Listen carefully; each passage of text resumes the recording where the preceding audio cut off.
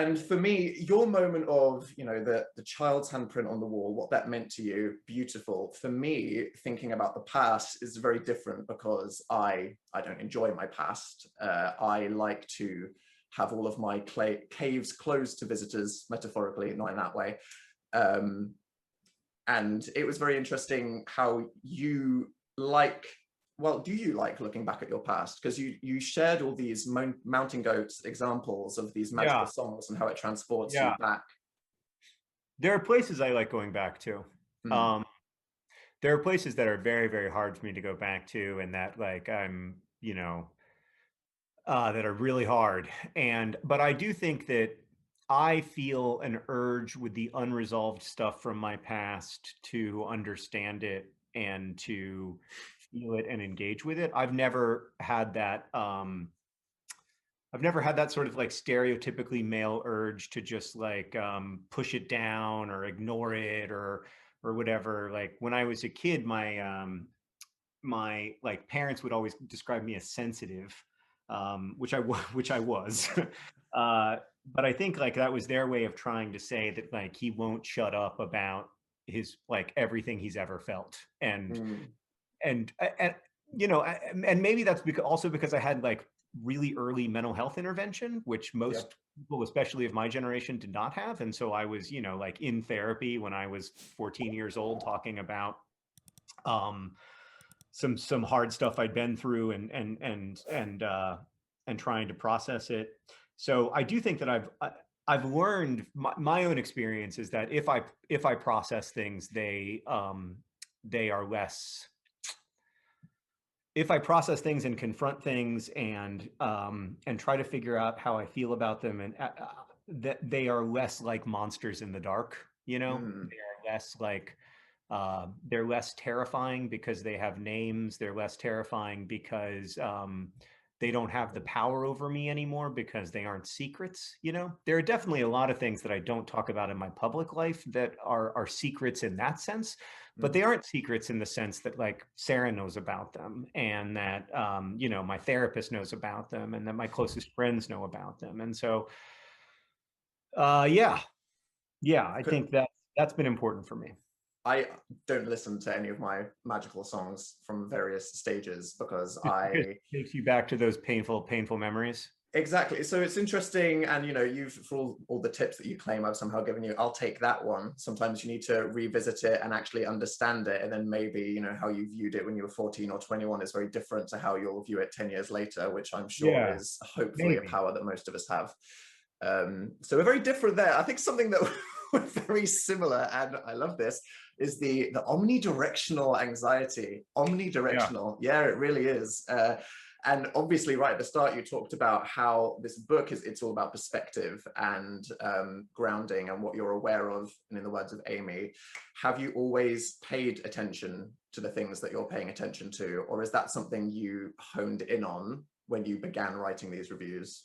It's definitely not something I've always paid attention to. And this idea of paying attention to what you pay attention to, I read it when Amy first wrote it and it meant nothing to me. And I was like, that's just, honestly, Amy was such a clever writer. She was so good at wordplay that sometimes it would be easy to look at one of her lines and say well, that's just wordplay. And it's very clever wordplay and it's good, but then I wouldn't think about it anymore. And so it really wasn't until I got really sick. So I had this weird ear disease called labyrinthitis where your eyes shiver. And so you can't see. It's incredibly horrifying. So you can't see anything straight. Everything's swimmy and weird and like a Van Gogh painting or something. And you pass out and throw up and it's terrifying. And after that, they were like, you're going to be in bed for a couple weeks, but then you'll get better. And I was like, what do you mean a couple weeks? And they were like, yeah, I mean, usually people don't really open their eyes for a couple weeks. And I was like, that's gonna go poorly over here at the greenhouse. I mean, leaving me alone with my thoughts for 2 weeks is a really bad idea. And so I spent this 2 weeks, struggling and trying to understand how I was going to get through this experience, being scared that it would never end. And along the way, I started to think about what was making me happy in my work life and what wasn't making me happy in my work life, and where I was really having a difficult time. And I felt like a lot of I just published Turtles All the Way Down at this time. And I felt like a lot of what was being really hard for me was that it was really, really hard for me to draw the line between fiction and nonfiction, because I have a public life. I, tell everybody who will listen every Tuesday how I'm doing, and have for 15 years. And then a book comes out and I say, don't read any of me into this. Don't Yeah. read my voice. Don't think about like, me. I can't help myself. Like, I know your voice. And I know that 2 years ago you were interested in this painting that is now in this book. And like, how can I not put you into the book? And that's completely fair. Like, there's no like villains in that story. But it also meant that they, inevitably people and reporters and stuff would put my mental health problems into this fictional character. And that was really hard for me, because people would ask me questions like, do you experience panic attacks while kissing? And I would be like, no. And like, also, it's not an appropriate question, but like, I kind of get why they were asking, because, it seemed like an autobiographical novel, even though for me, so anyway, all that stuff was happening in my head at the same time while I couldn't open my eyes for 2 weeks. And eventually, as I got better, the first thing I read once I could read, once my eyes could settle on text, was Amy's work. And I read that line and I realized that like part of the problem actually was that I have not been paying attention to what I pay attention to at all. And I've been letting Twitter decide what I pay attention to 18 hours a day, and wondering why I feel anxious and afraid. And I needed to try to pay attention to what I pay attention to. So part of that was writing these essays, and part of it was quitting those social media platforms for a while. It's fascinating to hear you say that you were afraid of being trapped with your thoughts for 2 weeks, because you also talked about how signing all of your books was a relaxing process for you. I hate it, because for me, I am trapped with my thoughts despite the repetitive process, and I have an issue, which is not, it's something that we should try to resolve, where I cannot eat, do a chore, sign a book, or anything without a YouTube video, a podcast, or something happening to distract me. You say that you enjoy signing just in a basement? Yeah, but I'm not thinking. That's the key. I'm not thinking about like my problems or what I'm scared of or anything at all. And how do you do that, John?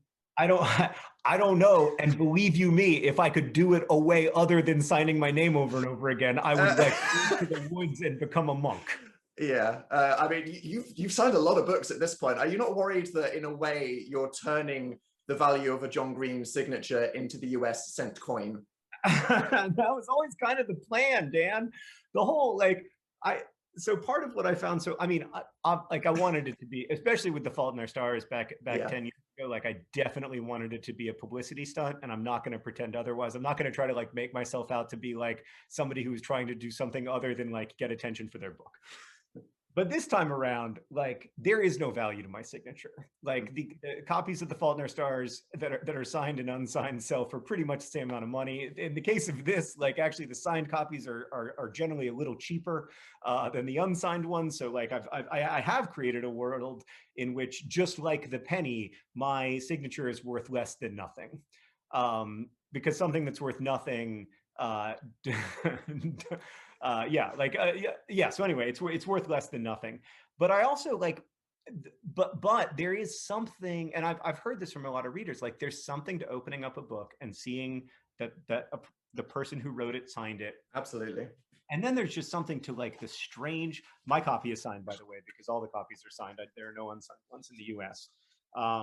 And there's something strange about being able to touch that page and thinking like, gosh, this whole process is so mechanized. It is so like, who knows where this book was printed or who it was printed by. And we see millions of books in bookstores, and the whole process is just like robots and who knows who else. But this page actually was touched by both of us. Like this page actually it does have a physical connection between us. And that, I still think that's cool. Will I sign 250,000 copies again? No. Well, yeah, we'll see. Pandemic 2, they'll be like, oh, let's just ship on a pallet full of paper. Let's just see what happens. But I think that me and most of the people watching this are probably very grateful that you did that, because what you said is very true. Another thing that we definitely have in common is the person Googling. And I always did that privately with a bit of shame, feeling like that came from me being a bit of a stalker and a pervert, Yeah. which you have either helped to normalize or I'm offending you right now. I'll No, let no, you no. I hope I've no. I decide hope which of I've that is. normalized. I did a bit of it today, just doing my job, not being a perv. And I read your Reddit AMA that you did. Well done on that. You dove in there. You took questions from people.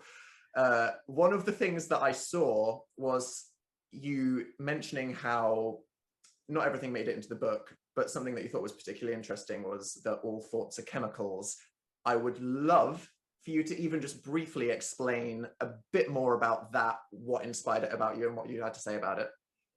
Yeah, so I was talking with my brother years ago about, I was like, we don't know what thoughts are made of, which is true. We don't know what thoughts are made of. And that's a weird thing that we all have thoughts all the time. And it's sort of like one of the defining features of us. Mm-hmm. And we don't know what they're made out of, and we don't know why they happen. And we don't know almost everything about almost everything, but we also don't know almost everything about thoughts. But we do know, or think we know anyway, that everything that's happening in the brain is chemicals. It's chemicals changing shape. It's chemical reactions. It's ions moving from one place to another. And so on some level, like the feeling I'm having right now is chemicals. And this is distressing, right? Like it's hugely distressing to think like, oh my God, like the first time I fell in love, it was my mother is calling me. You can take that if you want. No, I'll wait. Okay. I was like, oh my God, like if you think like, oh, the first time you fell in love, like it felt so special. But it was you can't describe it. But it was just chemicals changing shape. Yeah, they don't care.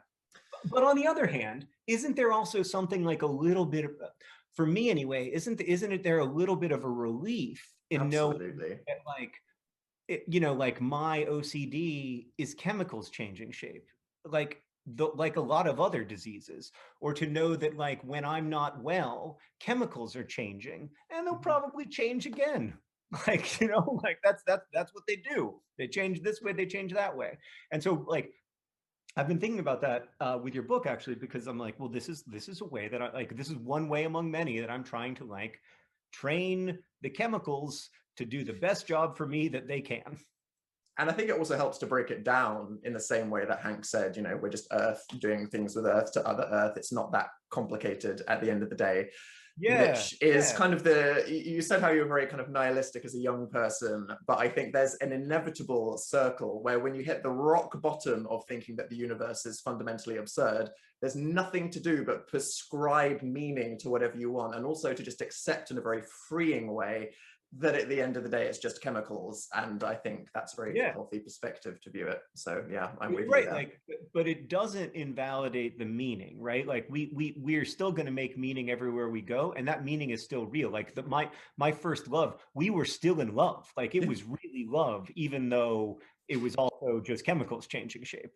And on some level, like I am just chemicals changing shape, right? So like, but we can still, the meaning that we find, the meaning that we experience is still really real. To me, it's as real as a table or as anything else. And so that's what I wanted to, a lot of what I wanted to do in the book actually was to try to make the case that like, yes, this is all fundamentally absurd. Like the whole situation with humans is fundamentally absurd. The 5-star scale is fundamentally absurd. And like, have some fun with it, make some jokes about it, let's have some laughs. But like, yes, but at the same time, in the way that these things have to coexist, like it also has to coexist that life is profoundly meaningful, that loss is real and terrible, that joy is real and wonderful. And like finding a way for all that stuff to live together is the big challenge, I guess, of my life. And so this was, I've tried to write about it in some ways in the past, but like, because this was the first time I was writing about like how I actually feel and like what actually matters most to me, it was really my first time trying to like find a way to articulate how hard it is to find that stuff, to make it live together. And a lot of people obviously focus when they're trying to find that meaning on the making and the having and the saying and the going and the getting. And your whole point was actually the being is really the most important one. Yeah. Just in a day-to-day way, what are some of your favorite ways of just being? Oh, I love being with my kids. I love, I love being on a walk with Henry and seeing the things that he notices versus the things that I notice. I was just telling you before we started the recording that after this, Henry and I are going to do a boxing workout, and I mostly just hold up the, I mostly get hit. Getting assaulted, yeah. Yeah, but I love being with them. I love being at a table with people I love at a dinner where the food is good and the conversation is great and there's nobody to tell me I can't tip back my chair. And that feeling of like just being with people I love and feeling like I'm the dumbest person in the room because all these like whip smart people are telling amazing jokes all around me and I can just sort of enjoy it. Mm-hmm. That's one of my, and the great thing about me being married to Sarah is that she provides that all the time. She's always the smartest person in the room. Hey. And so really when I think about, and then the last way of being when you asked me that question, kind of three things popped into my mind at the same time. And the last one is I love being in nature. And by that, I mean like right now I'm in nature because like all of the stuff in this basement is made out of nature. And it's easy to forget that and feel like this is an artificial creation, but like all artificial creations are made of earth. Nature, yeah. But I love being outside. I love being in the shade of trees. I love, like being in, I have a garden. And so I like being in my garden and thinking about, just how to foil the groundhog. Gives you something to pass the time with. Yeah. Oh, Dan, I have terrible news. Oh God. Oh, so there's this groundhog that I write about in the Anthropocene Reviewed book, who's my nemesis, and she's been around for 6 years, and she always eats my vegetables and my fruits, and I hate her, and she treats me with absolute disdain. And I wrote this whole essay about her, and then at the end, and she didn't come out of her hibernation this year. God damn it, John Green. Stop making metaphors about things and then delivering us the news of crushing reality. It's terrible. I mean, I've actively hated this groundhog for so many years, but that's a kind of love. Yeah, exactly. And oh my God.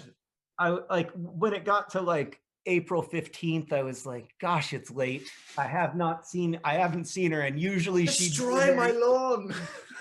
Usually be eating some strawberries by now. Oh, so the garden just looks amazing, and I feel so sad. And what's the goddamn point if you're not feuding with the I know. critter? The whole point is to have a nemesis. So I'm just hoping that somewhere she had a daughter or a son or something that can come back and give me that same whole colony of groundhogs that will just ruin everything you've been toiling for. Here's hoping, John. I'm sure we all hope for that for you. It's hilarious that you're talking about the importance of nature when both of us have been extremely online. And I'm just going to claim that everyone here, I mean, fighters, nerds in the name, we're all extremely online. What are you going to do about it? Yeah. I'm sure we've all hidden behind the keystrokes. We've all had very similar experiences with the best and worst things of the internet over the years. Have you enjoyed your time back focusing on the garden path and the writing? Yes. Yes. There's a phrase in your book that I had never heard before called a forest bath, which is like the experience of walking through the woods and just feeling rejuvenated and feeling connected and feeling aware of the fact that you are life and you are surrounded by life.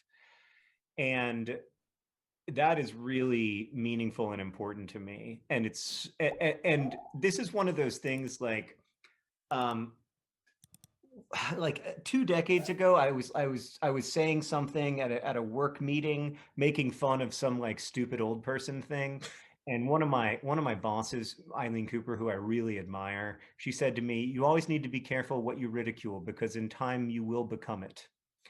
And 2007 John, like 2007 Dan, was an inside cat. Yeah. Okay, boomer. I had no desire in being outdoors ever. For me, like the internet was the great wild space that was available to all of us, and instead of like having already been discovered by all of these monstrous colonialists, those spaces were being discovered by us, and that it felt amazing. And I always made fun of people who were like tree huggers, and like my dad is an environmental activist and has worked for many environmental organizations over the years, and I would always make fun of my dad, and we'd go to the Grand Canyon and I'd be like, it's just a hole in the ground, or we'd be on a camping trip and I'd be like, I want to be staying at the plaza. And now I still do like staying at the plaza, but now I love being outside. So be careful what you ridicule, for in time you will become it. What rating would you give the Plaza on TripAdvisor? Oh God, five stars. 5, yeah, definitely. Hey, internet, YouTube obviously used to be a 5-star rating system, completely pointless. Everything was just 4.98 stars. It's thumbs up, thumbs down now. What's your opinion on like or dislike? Is it better? I think it might be better because it gets to the I mean I'm interested to know what you think, but like I think it might be better because it gets to the like ridiculousness of the whole enterprise. Like whereas the 5-star scale attempts to like introduce some nuance into what is a fundamentally binary computer style calculation. And so I would rather just like acknowledge that this is a system that was created for the benefit of algorithms, not a system that was created for the benefit of humans, and just have it be 0 or 1. We should force everyone to write a 150-word review in order to watch the whole thing. We should just stop halfway through and go, so far, justify your enjoyment of this. Right. Internet would be solved overnight. Yeah, before you can move on from this and watch the Try Guys, I am going to need your word review. Hey, I'm sure it would work. All right, well, speaking of internet lurkers and people, we have had a bunch of lovely questions from the people that have been very patiently enjoying us waffling here.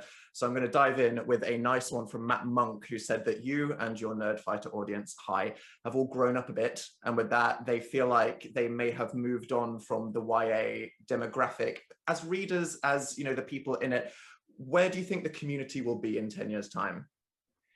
Oh, I have no idea. I mean, if you told me in 2011 that I was still going to be making YouTube videos in 2021, I would have been very surprised, I think. And at the time, my intention was to write young adult books for the rest of my life, not because that was the age of nerdfighteria or whatever, but because I was a YA writer before I had a YouTube channel, and I expected to be a YA writer for my entire career. And I have a lot of admiration for career YA writers like Jacqueline Woodson, who's been writing YA novels for 35 or 40 years and continues to find ways to speak to contemporary young people.